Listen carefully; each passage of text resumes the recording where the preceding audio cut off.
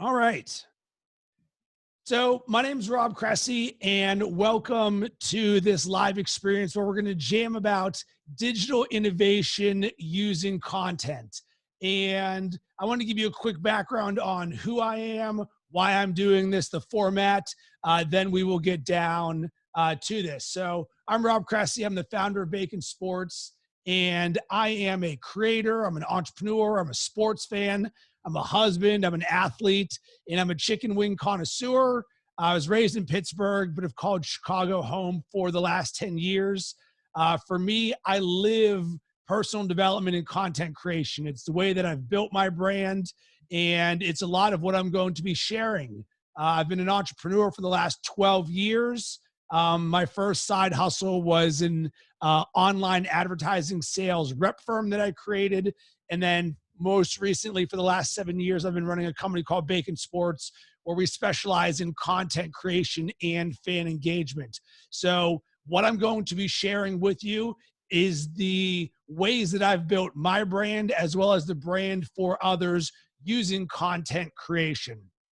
So this is something that I want to be interactive. It's going to be one part teaching, one part, hey, if you've got a question, feel free to drop it in the chat. I do want this to be something that you do get value out of. And why am I doing this? Well, one, I want to help others. My word of the year is give. So I want to give more. Two, I'm a small business owner and an entrepreneur. So I know what it's like to do more with less and not have all the resources that others have. And guess what? A lot of people are going to tell you why you can't do something. This is going to be all about why you can do something and how you can do it. Because if I can do it starting at zero, so can you. So I'm going to open up your mind to new possibilities and ways to create while also debunking the misconceptions of what it takes. Because you're going to hear a lot of noise out there right now on what you can't do. I'm not interested in that. Please throw that in the trash. I'm going to share with you everything that you can do. So here's a quick format on this. There's going to be 5 things that we're going to jam about. 1, we're going to start with why. 2, how to create more using Zoom. 3, the resources it takes. 4, overcoming excuses. And 5 tips for being more creative. So this is certainly something that is going to appeal to the creative side of you and your business and your brand. And remember, we're talking about innovation. And so often with innovation really means we're doing something new we haven't done before. And I'm going to help you do those new things to put you into a position to succeed. And if at any point during this, you've got thoughts, questions, as I mentioned, feel free to put them in the chat. Sound good? All right, let me get this all set up correctly. All right, there we go. Cool. So, 1 second here. All right. Let's start at the top here with starting with why. Why would you want to innovate digitally and create more content?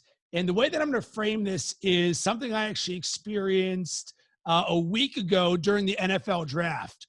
So the NFL, for the first time, had to innovate digitally with their NFL draft, not doing it in person, and everything was virtual. And I saw an interview with Roger Goodell, the commissioner, during it. And this is on probably the last day. And he said a few things that really resonated with me. Said, it forced us to adapt and change and do things different. He also said, virtual was way more meaningful than people thought it would be. And then number 3, we'll be able to make future drafts better by combining the core elements we had with the things we learned. And when I heard Roger Goodell talking about these things, the reason it resonated so much with me is here's the NFL, one of the biggest brands and leagues in the entire world. And they were forced to innovate. And by being forced to innovate, they learned some new things that they're going to be able to use moving forward to make the experience better. And so often in business or in our personal lives, we're slow to innovate because we're going to tell you every reason why not. And if you think about the NFL experience, They're like, oh, we have this in-person draft every single year. Why in the world would we want to connect Zoom or bring in these people virtually or to show what it looks like in the GM's room or the coach's room or anything like that? But guess what? They did it. And what were the things that we enjoyed the most out of that? For me, I certainly enjoyed seeing what it looked like where Bill Belichick was drafting, even though I'm not a Patriots fan, or seeing some of these other coaches. I think about seeing Zach Taylor, the coach of the Bengals, looks like he was drafting from a Days Inn. And I just think about some of the other amazing Cliff Kingsbury. He's a great example for the Arizona Cardinals. He's all holed up in this just amazing palatial estate. And it allowed us to have an element of relatability to them because we could all be like, wow, we're just like that, or wow, I aspire to be like that. So what are some of the things that are going to be why we would want to do this? Well, one, more awareness. So what the NFL learned is they got more awareness for their product and their brand by going digital. Two, your ability to deliver more value to others. So when you use content creation in the various platforms that we can innovate digitally, it's your opportunity to say, listen, here is something that I have that I want to share with you. So it becomes a one-to-many experience now. Number three, your ability to build more relationships. And this is straight out of my playbook of how I've built my entire brand. Why did I get into podcasting in the first place? Because someone once said to me, Rob, if you ever hope to get paid to do what you love, you better be doing it already. And from that moment, I'm like, I want to get paid to talk about sports. I'm currently not doing that. Let me teach myself every aspect of content creation. But guess what? I was starting at zero. I had no relationships. Not a single person knew who I was. So what did I do? I created a podcast. And what did that allow me to do? It allowed me to bring other guests to come on to my show. I didn't care about the downloads. I cared about the ability to connect with one other person and be like, boom, I built a relationship. But then guess what? People start to listen to your podcast, and now you're building a one-to-many relationship. So step one, I've got that guest. Step two, I'm now building an audience. And you know what all of that does, and we'll get more into this later, that helps you become a thought leader in your industry. And there's a lot of different reasons why you may want to do it. It may be all of them. It may just be one of them. Because I know on my end, I sat there and I said, I just know so much about this stuff. I want to share this. And oftentimes we know more than our perception is. So you think about what you know and who your brand is. And you're like, man, if I only had the opportunity to do X, Y, and Z, people would see how great I am. Well, guess what? People can see how great you are by giving them that opportunity. In digitally innovating using content creation in Zoom is one of those opportunities. Got somebody else coming in here. So, and I want to welcome Brittany, who joined. I also want to welcome AJ, who joined as well. Welcome to the jam session. So any questions right now just on this sort of the why, the more awareness, the delivering more value, the building more relationships, the more thought leadership? Because so often, why do we start with why? Because if you don't know why you're doing it, then the rest of everything is going to be irrelevant. I wanted to create content because I wanted to build my brand. I wanted to grow. I wanted to get more awareness. I wanted to build more relationships. And when we think about marketing, we don't want to say why we can't do it. We want all the benefits of the things that we're going to get. So with all of that, think about how to get people to know, love, and trust you. And once again, with the, I know so much information, but I'm not getting it out there. The way that people are going to start working with you is by saying, you know what? I know Rob because I listen to his podcast, or I watch his videos, or I watch his live streams and participate, or I'm part of the webinars that he does. And you want to be able to meet your customers or your audience where they are. And right now, the overwhelming majority of us are working from home. And we are able to now meet our audience where they are virtually.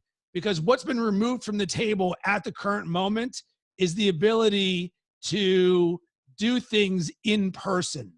So if we're not doing things in person right now, then we should be experts at doing things virtually. And in doing this, it allows your brand heartbeat to shine, your personality and your voice, because you can hear me and you can feel me right now. And think about how many brands you don't feel that connection to that are huge. Like when I talk about ESPN, do you sit there and say, wow, I just feel this heartbeat from them? I feel like I know ESPN. I don't. And I've grown up on ESPN my entire life. But then you think about some other brands out there where you relate to them. And I think the counter to ESPN would be something like Barstool Sports. Irregardless of what we feel about their content, you know what they do well? You feel like you know the people who are part of the company. They're not perfect. They're willing to share a lot of thoughts with you, and they're relatable. You know their voice, you know their brand heartbeat, and they own it. So that's something I want to hear from you is I want you to own who you are, and then I want you to use these tools to share that with the rest of the world in a way that's going to allow you to grow more relationships, to build your brand, and ultimately get to whatever it is that you do want to accomplish. So what I want to get to now is the how. How in the world are we going to make all of this happen? And right now, the tool that we're using is Zoom. And the amazing thing about Zoom is I've been using this for the last 3+ years to record my podcasts and my videos and my live streams. So everything that's happening right now is actually a small blessing for me and my business, because people and brands are trying to figure out, how in the world do we communicate and market in this world differently now? Well, Zoom, the thing that has really been a huge benefit is the number of people who are working from home and now using Zoom. So if we think about 2 months ago, Zoom was just sort of this tool that creators might have used or some people used as an alternative to Skype. Now Zoom is almost like a verb, like I'm Zooming with other people. So think about this. Now this communication tool has taken off like a rocket ship. Why is that important? Because it's now a lot more accessible by other people. Who are those other people? The people you may want to have on your shows. It might be your coworkers. It might be your bosses. It might be your friends and family. Sending someone a Zoom link seems commonplace right now. And it's only been less than 2 months in which we've lived in this world. So with Zoom, what does that allow us to do? 1, we can create a podcast. 2, we can create a video. 3, we can create a webinar. 4, we can create a roundtable. And how do we do all of that? Well, really, it's as simple as just pushing the record button. Sure, there's a lot of steps in between there, which I'm going to get to.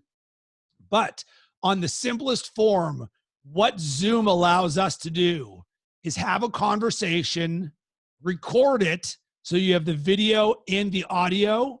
And then once you have that, you can do whatever you want with it. Because what is marketing right now? What seems to work the best in terms of marketing? Well, I know what Facebook and Instagram and Twitter value the most: video. Because what gets the most organic reach? Video. What keeps you on their site? Video. So ding, ding, ding. If all the social platforms like video, and what allows us to get deeper and provide more value? Video. And what allows us to stand out more because it's a little bit harder to create? Video. And what allows us to richen an experience? Podcasting. I can be mowing the lawn. I can be doing the dishes. I can just be walking around. I can be going to the gym. I can be going on a run. And here it is. It's just you and I listening to a podcast together. Guess what? That's in a different form than video, because I'm not running 3 miles while looking at my phone, looking at video. So all of a sudden, podcasting, it's just me and you right here. And then we're going to take this to another level. And you're like, well, Rob, that's cool. But what if I want to have a live experience? Well, guess what? All we got to do is put some things together to create a live stream. So in terms of Zoom, how do you make this happen? It's really super low cost for you. There's 2 tiers on Zoom.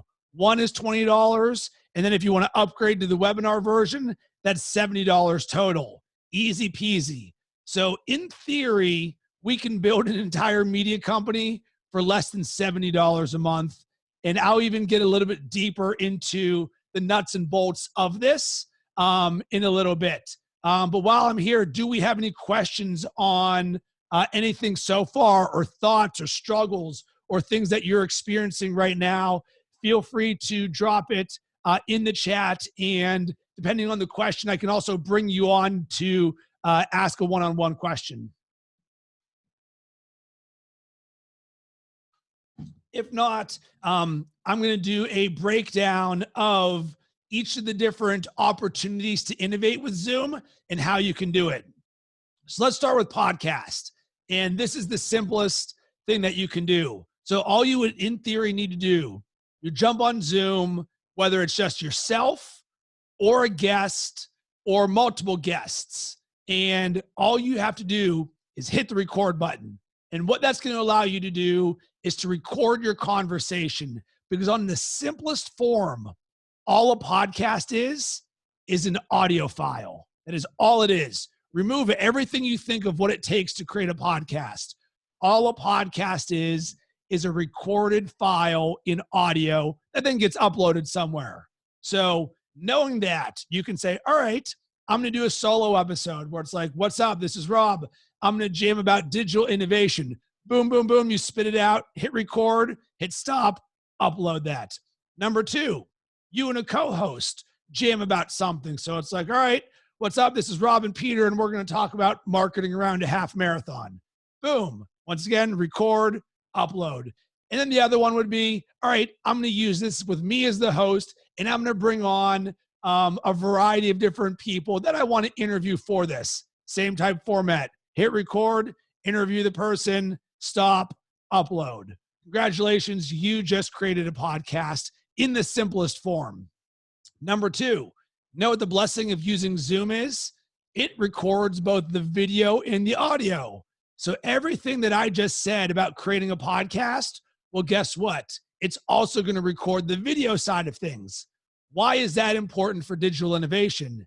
Because what I would then say is, well, you know what we might want to do with that video file? How about we create a YouTube channel that says, here is your podcast, but also in video form. And it's nice and simple. It's not much extra legwork for you, because Zoom's going to give you the audio file and Zoom's going to give you the video file. Audio file, this goes to iTunes and Spotify. Video file, this can go to YouTube, to LinkedIn, to Twitter, to Instagram, whatever you want. You name the platform, your video can go there. But guess what also video gives you the ability to do?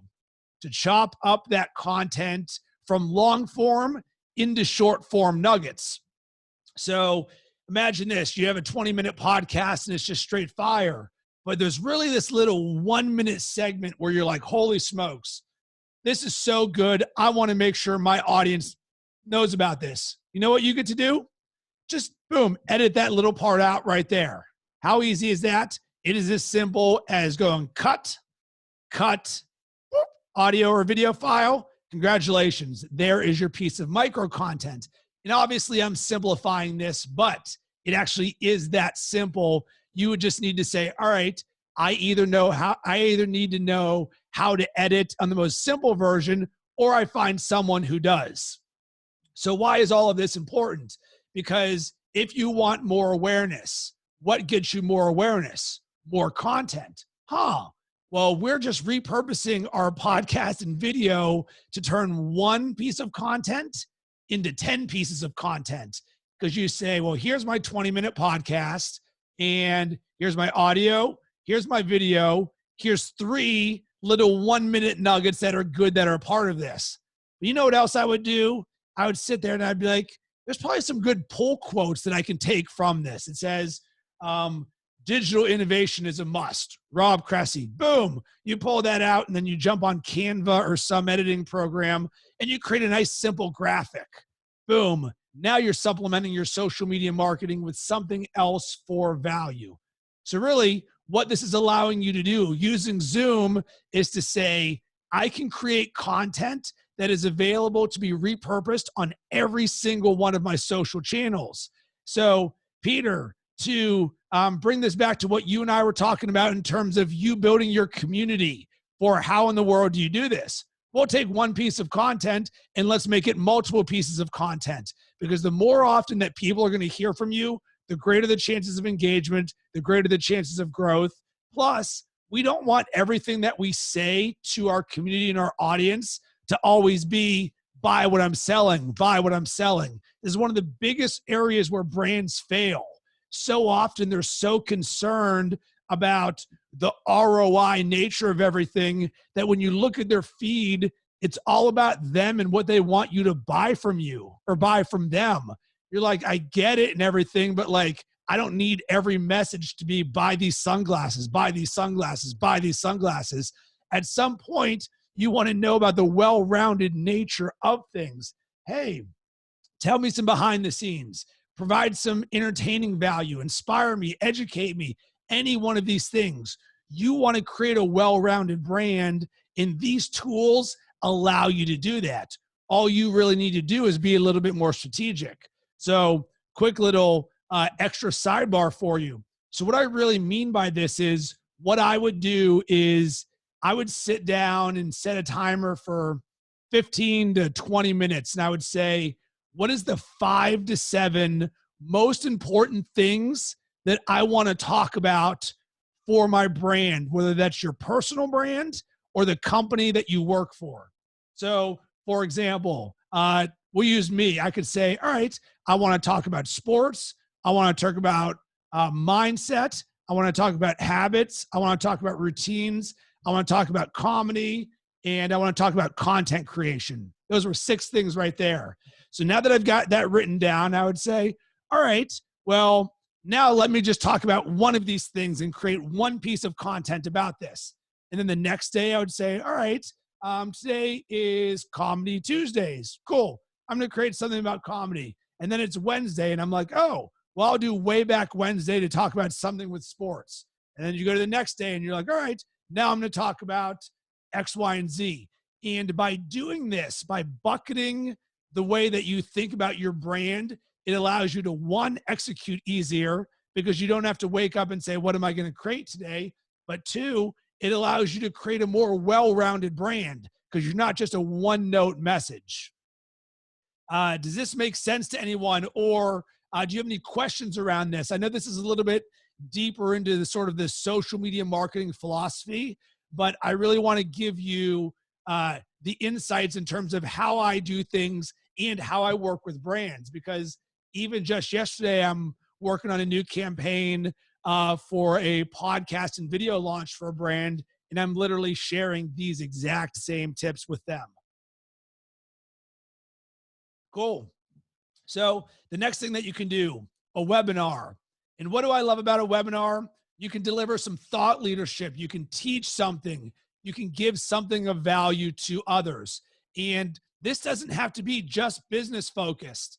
And Peter, I'll keep using you because we talked about an example at the top of you in building out a community of people with a half marathon. So what would a community webinar for a half marathon look like? Well, you know what I would like to see?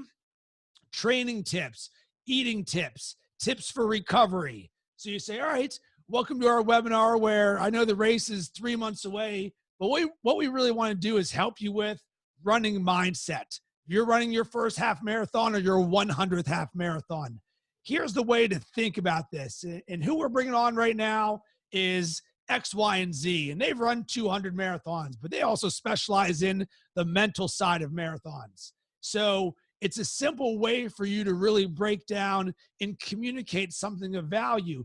Because Peter, for you, you're putting on a race, but there's a lot more that goes into the race. As someone who's a runner, I know that it takes training. I know it takes eating. I know it takes stretching. I know it takes mindset. It takes commitment of time.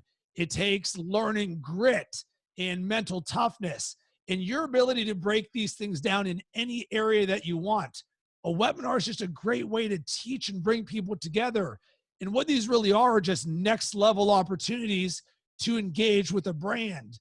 And so often right now, companies aren't using these tools to their disposal. It really blows my mind that every single company isn't doing every single one of these things currently. You know why? Because if I can do all of this out of a home studio, just imagine what a company with gigantic resources could do. This should just be rinse and repeat, just value, value, value, awareness, awareness, relationships, relationships, building more community. Like for me, this is just marketing and content creation in the current landscape 101. So this is simple too. You don't need to make your entire life creating a webinar. Here's what I would recommend. Commit to doing one webinar a month. That's what I'm doing. But Rob, I've never created one before. Guess what? Neither did I. Until all of a sudden I signed up for Zoom and said, I'm going to create my first webinar. And you know what actually stopped me from creating my first webinar? Here's some behind the scenes stuff for you. Despite the fact that I've created over 600 podcasts and 800 videos, you know what? I was worried that no one would show up for my first webinar. And it stopped me for months from doing my first one because I wasn't familiar with the process. I'm like, do I have an email list? Will anybody care? What is the marketing around it? I created every excuse for why I couldn't create a webinar until I said, all right, stop being lame and just do this. If no one shows up, that's fine because it's actually not about people showing up. You need to start thinking about your own effort being the ROI, not the how many people shows up ROI. And think about this like an artist. An artist doesn't paint because they need someone to buy their painting. An artist sits there and says, I want to create and paint for myself. If someone buys this, that's cool, but I'm not doing this only so someone buys it. And I think having the same mindset for webinars and content creation, do it. Because guess what? Even if no one shows up, you can still repurpose this. I'm going to turn this into a podcast. And I'm going to turn this into a video that I post on YouTube and LinkedIn. Congratulations. There's going to be hundreds of people who see this, irregardless of it, if anybody shows up for the webinar itself. So this is something that is a huge tool that you can use in your arsenal. The next thing, which is like a webinar, would be a virtual roundtable. So here's what you would do. Say, all right, I'm going to find 3 to 4 people in my industry or the topic that I want to talk about, and I'm going to bring them together. So I'm going to say, all right, welcome to a roundtable on digital innovation. I'm Rob Cressy, and joining me are 4 different thought leaders. And what we're going to talk about is how to use Zoom for podcast videos, live streams, and webinars. And each of these people on this show right now are an expert in this area. And what this allows you to do is to tap into one, the knowledge of these people. Why is that important? Because 1, it gets to deliver value for your audience. 2, you also get to learn a little bit. And that's sort of the little dirty secret of all of this, that when I create podcasts, I'm just excited to talk to the people I have on my show as the audience is to listen to it, because I just want to get more and more information myself. So the roundtables is your opportunity to say, hey, I'm a facilitator. Let me bring these people together because, oh, by the way, very few people bring other people together. And then 2, guess who's going to be promoting all of this for you? These thought leaders who are going to be part of your roundtable. So this should be, once again, business 101 for any company. This is just the no-brainer of the century. Whether it's people internally where you say, let me find 2 to 3 to 4 people internally who know some stuff. Let's do an internal roundtable, or 2, 3, or 4 people externally to come in and provide value. Rinse and repeat this every single month. Create a regular cadence. And then the last part about this, live streaming. And this is something that I actually helped a company with about 3 weeks ago. The guy came to me and said, Rob, I want to create a webinar that is a virtual roundtable, and I also want to live stream this. How in the world do you make this possible? Well, why did he want to live stream this? Because he wanted to be able to take this same information and stream it to LinkedIn Live and Facebook and YouTube.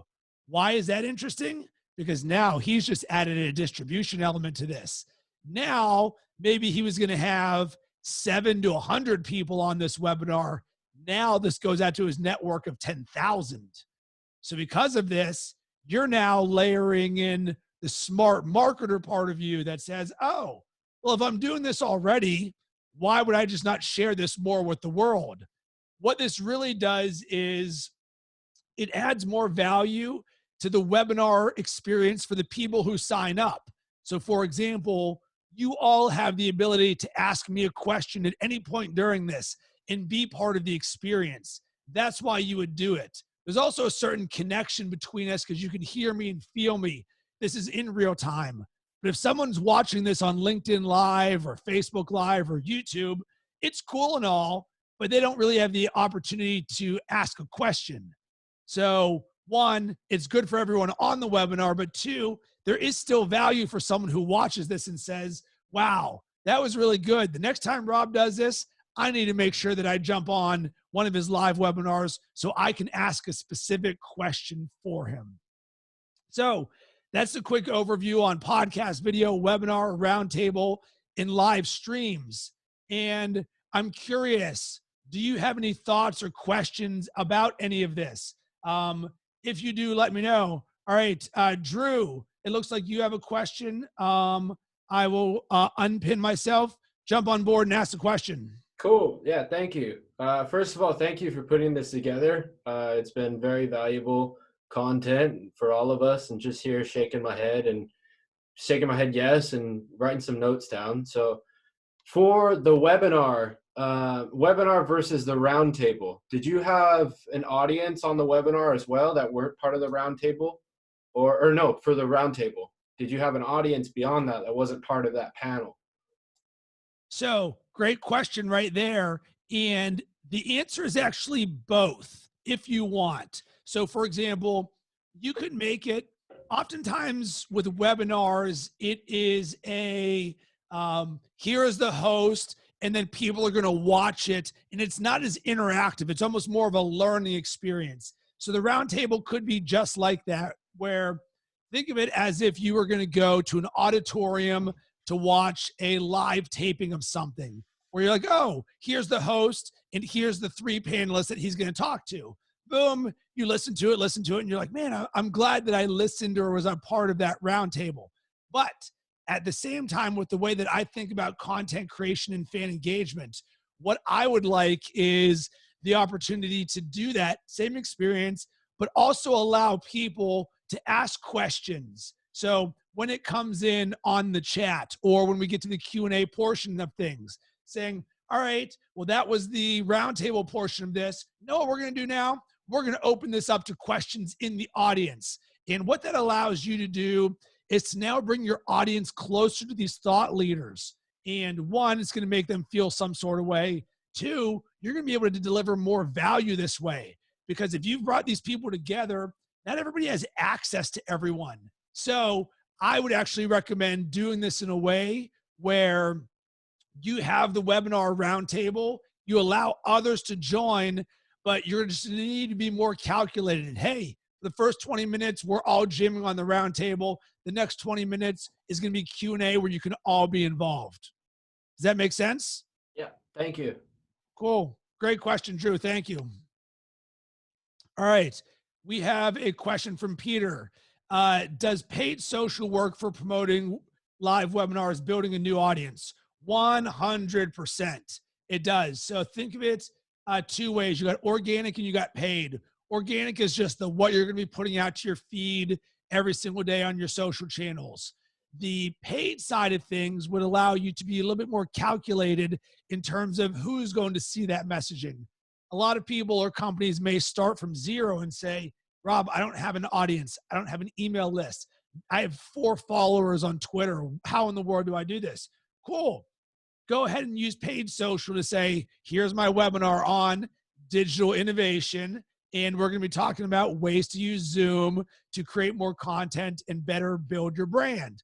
Cool. You can now have that show up in the feeds in the various social channels. So 100% that will accelerate it. And oh, by the way, never forget this.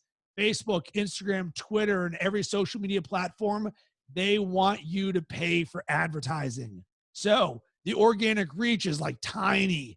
Sure, you can continue to build it that way. But when you layer on the paid, it'll allow you to accelerate that a lot quicker, because you could say, Rob, I only used paid social strategies and I went from 0 to 10,000 followers in a month.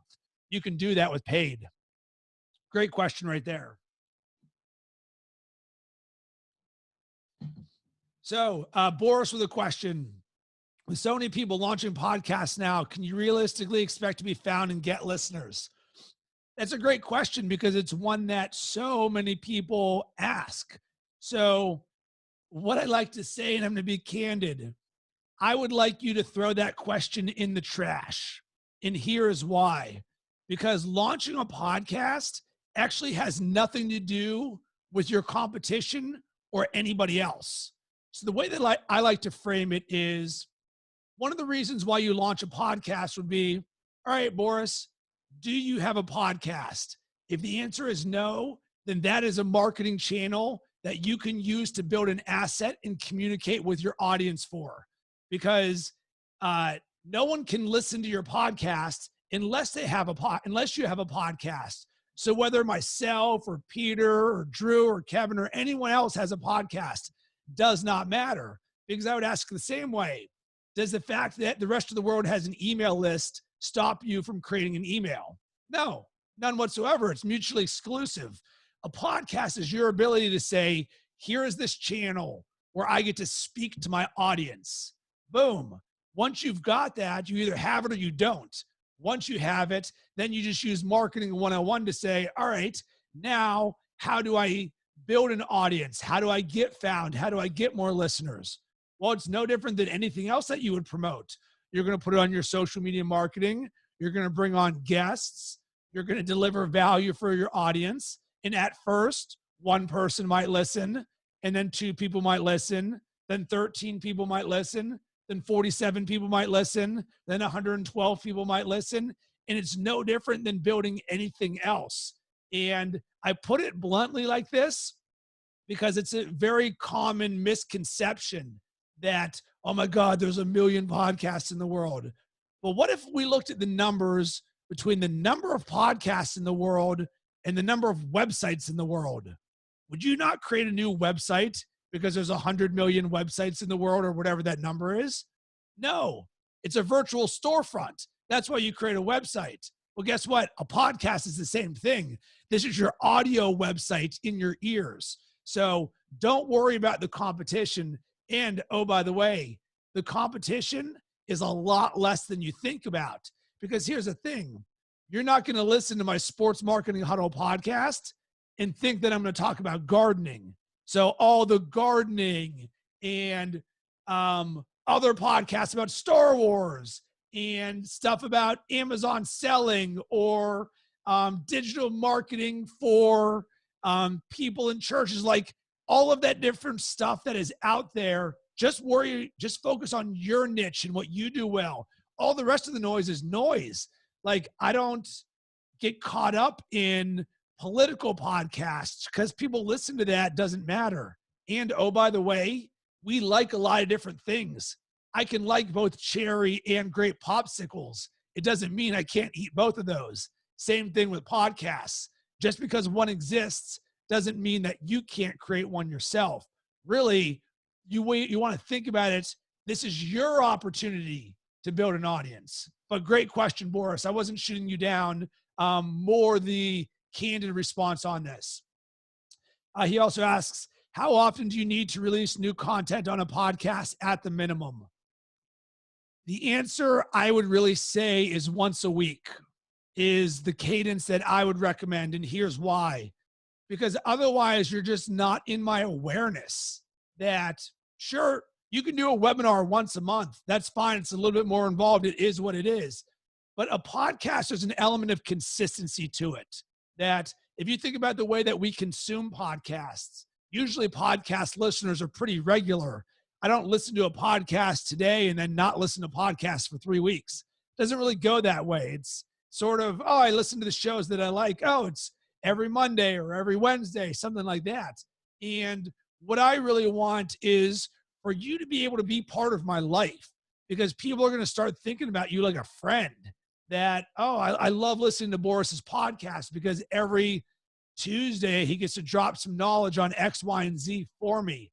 And really, I challenge you to think about what actually involves creating a podcast. It doesn't have to be an hour long. This isn't something that needs to take up so much of your time. If you said, Rob, can I create a 10-minute podcast just once a week? Yes. I just want you to commit to creating something and do it consistently once a week. So that would be the minimum recommendation. So Peter's got a question. When is the best time, day to launch a podcast webinar for maximum reach on socials? So I'll answer this, but I'll also give where my brain went first. The first answer is don't worry about it. That's putting the polish on all of this. If you haven't created a podcast yet, I don't care about any of that stuff, because what is more important to me is your ability to consistently take action, because that's actually what stops people from creating these different forms of content. Is they're inconsistent, or they focus on all of these things that don't actually matter in the long run. That you could have just completely the wrong day, time, maximum, all of that stuff. That's just polish, because it's almost like an 80-20 rule thing. Sure, we can optimize, but optimizing is really just like the last part of all of this. So that's answer one. Answer number two, which is the actual question you asked: when is the best time, day to launch a podcast webinar for maximum reach on socials? I don't believe there is one, because it's going to matter of, all right, when are, like, if we look at the podcast side of things, people are going to listen all the different time. So I publish a podcast on Monday and Tuesday and Wednesday and Thursday and Friday. I've done it on the weekends. So everything is an opportunity for you to create a positive brand interaction, because guess what? You're then going to be promoting that every day of the week on your social channels. In terms of webinars, I think that's a slightly different question, or a slightly different answer, because webinars are a little bit more live experience. With a podcast, you or I have the ability to say, oh, you know what? I'm going to listen to Rob on Tuesday at 2 p.m. when I'm at the gym, even though I published the podcast on Monday. That's just your own cadence. But with the webinar, it's a little bit more live. So from what I've learned in webinars, Tuesdays, Wednesdays, and Thursdays, and I usually look between 11 a.m. and 1 p.m. Eastern in terms of when I do things. This doesn't mean that that is set in stone, but that's just more of a general, it's middle of the day, East Coast, which allows Pacific time people, it's morning for them. So it can still get that flow there. Good question there. So good questions. I like the engagement and interaction right there. So let's get to the next part of this. What resources or tools does it take to make all of this happen? We talked about a lot of different things, but this must be hard, right? Nope, not hard at all. So here's what it takes to make this happen. Number one, all you need is a computer. Really, that's what it takes to make this happen, is a computer to host your Zoom webinar with. Number two, what you just need is a webcam. Guess what? Most computers come with a webcam. If not, all you need to do is buy one. I use a Logitech C920. I think it's like $50 or something like that. So you can get a webcam for $50, $70, something like that. Number three, a microphone. Why do you want a microphone? This is important because we're dealing with audio quality here. No one wants to listen to crappy audio. So what is the barrier to entry for this? Less than $100. I've got some resources where for $50 or $100. I can give you a few different budget options and say, hey, depending on what you're looking to spend, this is the amount that you will want there. But a microphone is an important thing. You can just get a USB microphone that plugs into your computer, easy peasy. You're like, oh, now I sound good. You know what else a microphone does? It increases your level of commitment because you now may feel like a professional because guess what? You are, because a professional uses a microphone. An amateur does not use a microphone. And it doesn't mean that you don't need this. Like, you can use your earbuds as a worst case scenario. I just want you to create something that is more than just talking to your computer at zero. That's it. Just give me some audio quality, because you know what?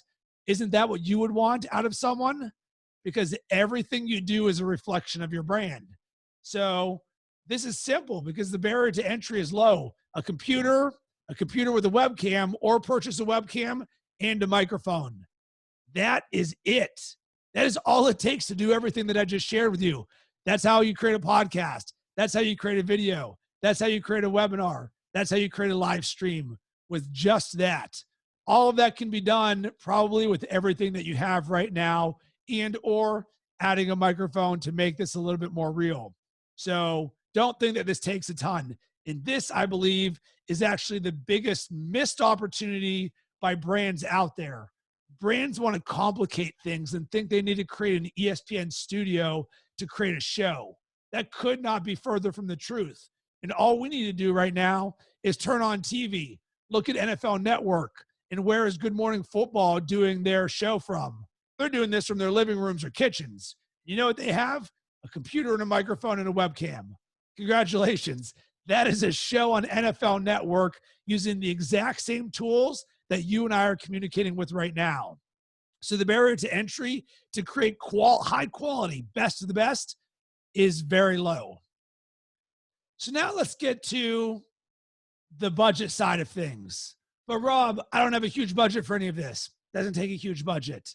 All this takes is 3 things for you, because we just showed you the resources. Doesn't matter. You can get this done with a computer in less than $200. So what this does take is strategy, planning, and execution. So you think there and you say to yourself, and I would actually, here's how I would recommend doing this. I would write down on a piece of paper strategy, planning, execution, and I would set a timer for an hour. And I would say, all right, step 1, what is my strategy for how I'm going to do this? Step 2, all right, now let me plan out the nuts and bolts of how I'm going to actually execute this. And number 3, then you just need to execute it. That is simply as simple as this is. And you know why most large brands fail at this? Because there's a crap ton of people that need input on this. Maybe the boss is an older CMO or something, and he's not on TikTok, and he doesn't listen to podcasts, and he doesn't join live streams.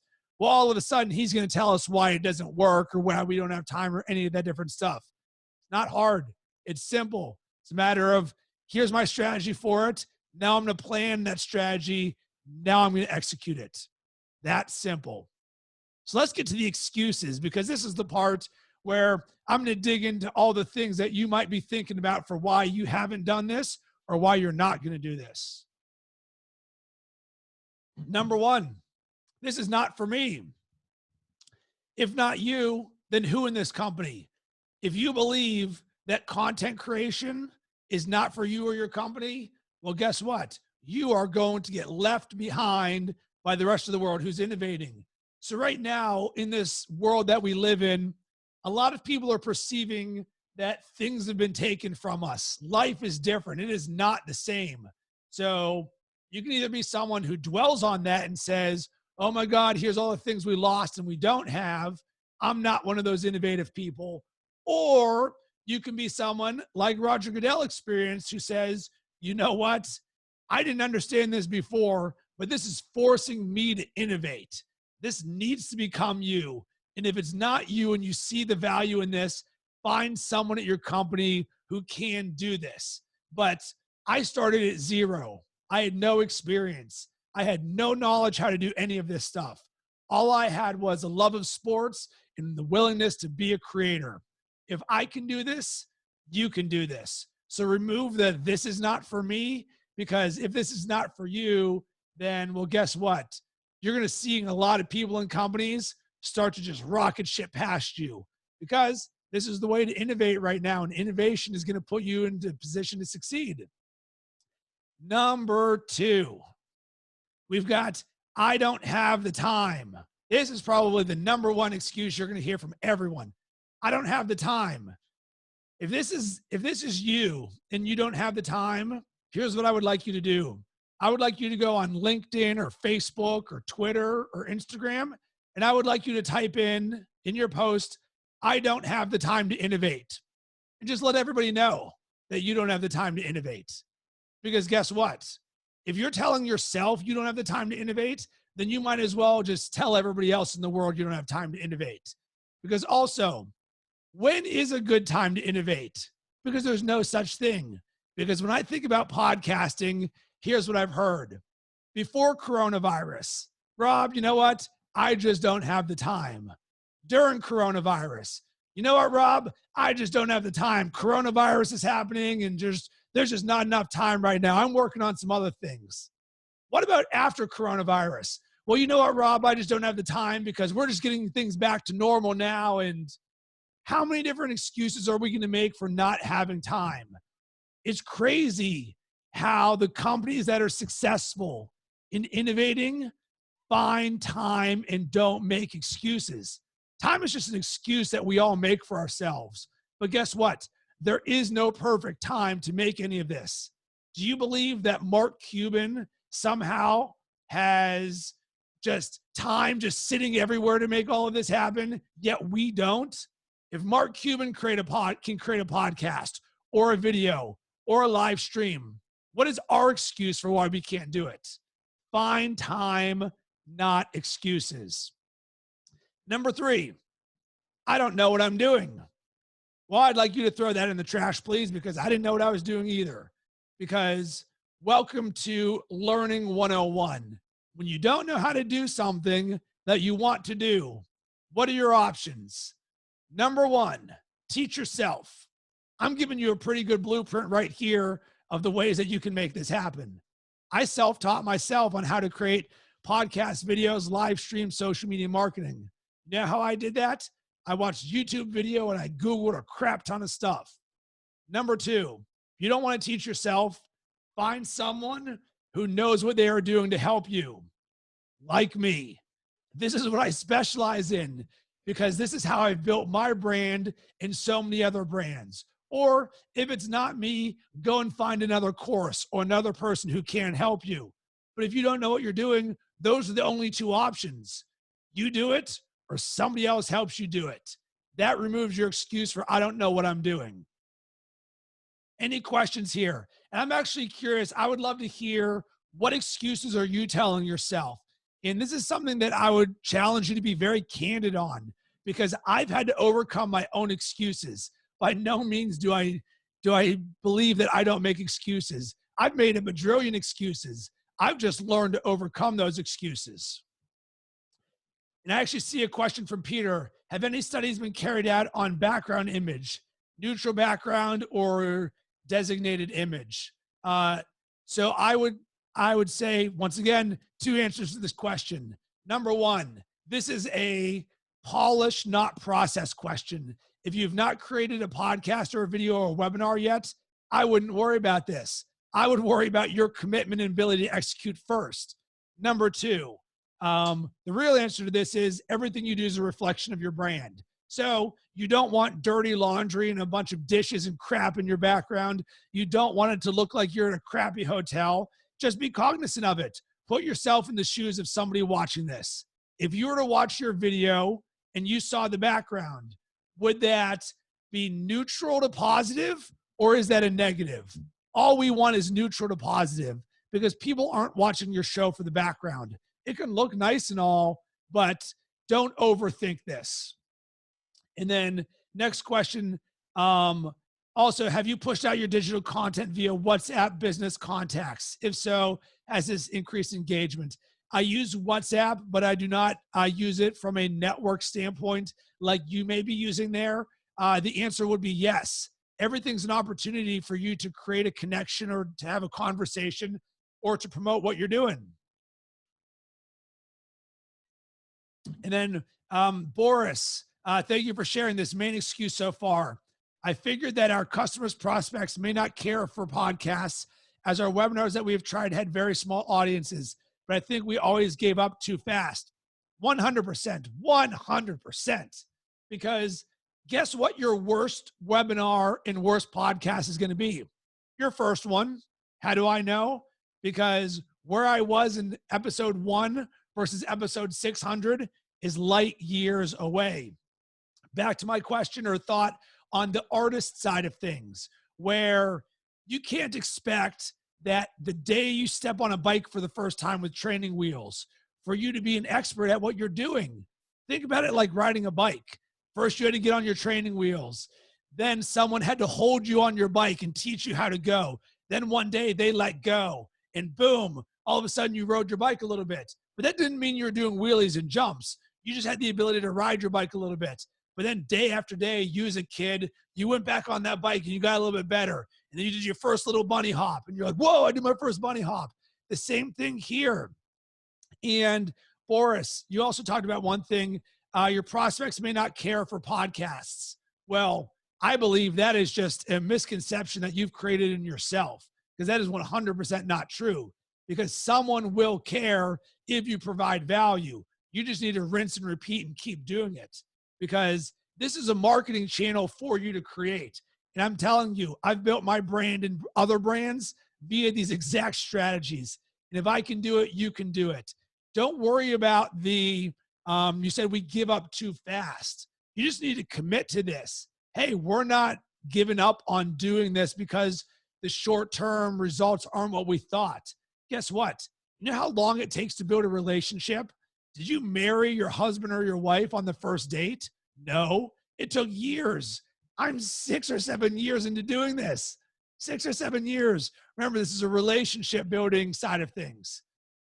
Drew, main excuse, worrying too much about ancillary details, differentiating with a logo, intro song, jingle. So it's completely candid. Thank you for sharing that. What I would tell you is you are focusing on the polish, not the process. I want you to create the most bare bones podcast you can say. Say, what's up? Welcome to Jamming with Drew.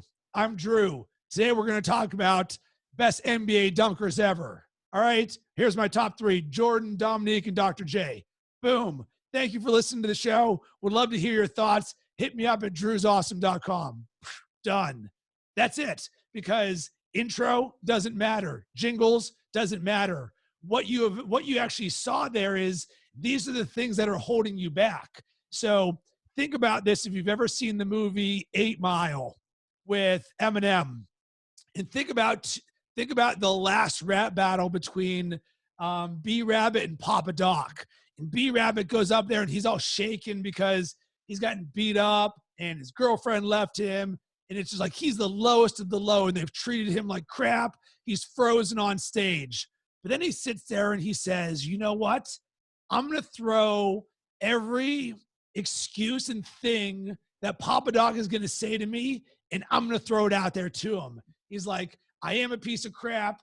You did jump me. You did take my girl. Boom, boom, boom. He said everything Papa Doc was going to say to him. So what he did is he knew his excuses or what the other person is going to say. So Drew and everyone else right now, what I would say to you is candidly write down your excuses. What is Papa Doc going to say to you about your podcast and why you can't do it? And then say, all right, I'm worried about the logo. I'm worried about the intro, and I'm worried about the jingle. I'm worried no one's going to show up, and I'm worried that we're never going to build an audience, and I'm worried about wasting this time. Now that we've all of a sudden, thank you, Brittany. I appreciate you joining here. If you need anything, feel free to hit me up after this. So now that you've established this, what I would say is go and evaluate that. All right. Is this really a big deal? Is this stopping me? Is this the main thing? No. Once you address those obstacles and excuses, throw them in the trash. So great questions right there. I appreciate everyone being candid. And I'll zoom through this right here in the interest of time for you. So what I want to leave you with is 5 tips for being more creative. Number one, think of content creation and digital innovation as fun, because it is. Give yourself permission to work on it, to allow yourself to grow and to not judge yourself. And it's actually, Boris, this very much relates to what you mentioned in the comments there. What if no one shows up? Don't worry about that. That's a judgment for yourself. Our goal right now is to create a podcast, a webinar, a video, or a live stream. If that is your goal, remove judgment and say, this is my creative space. This is my fun thing. Guess what? If not a single person ever listened to this, you know what? I'm way better than this because I just learned how to do all this. And this is fun. And I got to jam with people. Like, see, this is a fun thing. Number two, give yourself time to brainstorm. So often we think we have to go to 0 to 100 like this. Oh, Rob does this so seamlessly. Oh, Gary V does it like this. Guess what? People fail to realize how much time and effort I put into all of this to actually strategize. So what I recommend is give yourself time to brainstorm. Allow yourself to dream, to visualize. What would make this amazing for yourself and for your team? Now write this down. Write down ideas. I find that so often we get into execution mode without allowing ourselves to first get into dreaming mode. For me, I'm team dreamer. I'm team good vibes. I had a dream. I'm creating it. But in order for that dream to happen, I had to have that dream first. So dream of what your podcast, your video, or your live stream is going to look like. Number three, add structure to your execution. So now that we've gotten past the dreaming, now we got to make this happen. Rob, how in the world do I go from 0 to publishing podcasts? It just seems like a lot of steps. All right. Well, what I want you to do is to set a time every single week in which you're going to work on this and do your podcast, your video, or your webinar. You know how I launch a new podcast? 30 minutes at a time. I will say, all right, every Tuesday at 1:00 p.m. for the next hour, I'm only working on my podcast. Boom, done. Because so often we let all the other things in the world that we're working on stop us from being focused on this thing. So if you just said, this is my free space, I'm going to allow myself for this hour every week to work on my podcast. Rinse and repeat. And oh, by the way, that's how I wrote a book. I didn't know how to do it, but I knew if I just said 30 minutes once a day for 3 months, congratulations, I wrote a book. So by committing to the time, you make it easier for yourself to execute, because in this instance, structure is a good thing. That's what you should crave. If you can have the structure to say, I know that I can show up to work on this. Number four, now that we've established this, focus on the micro. There's several steps in this process. I don't need you to do all of them at once. I just need you to do one thing. I want you to create the name of your podcast. How do you do that? Write down 10 ideas. Give the top 3 to your friends and say, which one of these do you like? Boom. There's the name of your podcast. Congratulations. What's next? Oh, I need to buy a microphone. Cool. Oh, here's my microphone option. Click, bought it. Next. One thing at a time, like chopping down a tree. Don't get overwhelmed by the totality of this. Instead, focus on tiny steps, small wins, because that's what it takes. And then the last thing for you, invite others to collaborate with you. So often we can feel like an island when we're creating this stuff. Talk to team members, coworkers, industry thought leaders, people like me, friends. Bring others in on your journey, because it will make it more fun and more creative for yourself.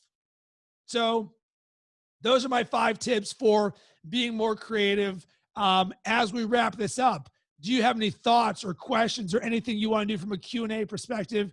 We will use this as your opportunity to get specific and ask me a question before we bounce.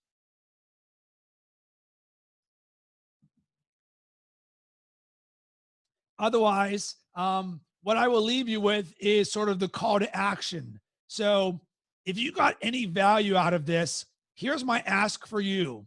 There's a few different ways that I work with people in companies. Number one, on content creation strategy and helping them architect what they want. So I help put together the roadmap and process that allows you to execute content however you want to create it. So everything that I've talked about here, it was a lot, but guess what? I can help you architect that. That's what I do for personal brands as well as companies. So if you're looking for someone to be a content creation strategist for you to help you along the way, I can do that. As part of that, I've created a course called Launching Podcasts. You can check it out at launchingpodcast.com. It's a step-by-step video course to help you go from zero to launching your first 4 podcasts.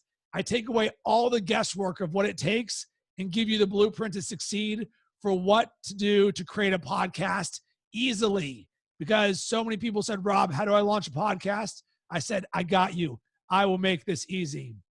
And then the last thing is I also work with people as a high performance coach, helping companies and individuals design a success mindset, habits and routines that positively change their life. So if you say, you know what, I want to level up, I want to get better, I want to activate new habits, I'm the one who can help you do that. You can hit me up on all social media platforms at Rob Cressy, or just slide into my DMs, hit me up on an email. Like really, you can find me anywhere. But I would love to help you on that journey any way that I can.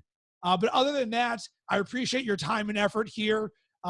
Remember, if I can do this stuff, so can you. There's such a good opportunity right now for you to innovate using Zoom, creating podcasts, videos, live streams, webinars. So I'm rooting for you. I'm sending tons of good vibes your way. And if I can be a positive asset to you any way that I can, please let me know. And I appreciate everybody who sent me the good vibes here. So that's all, everyone. Have an amazing rest of your day.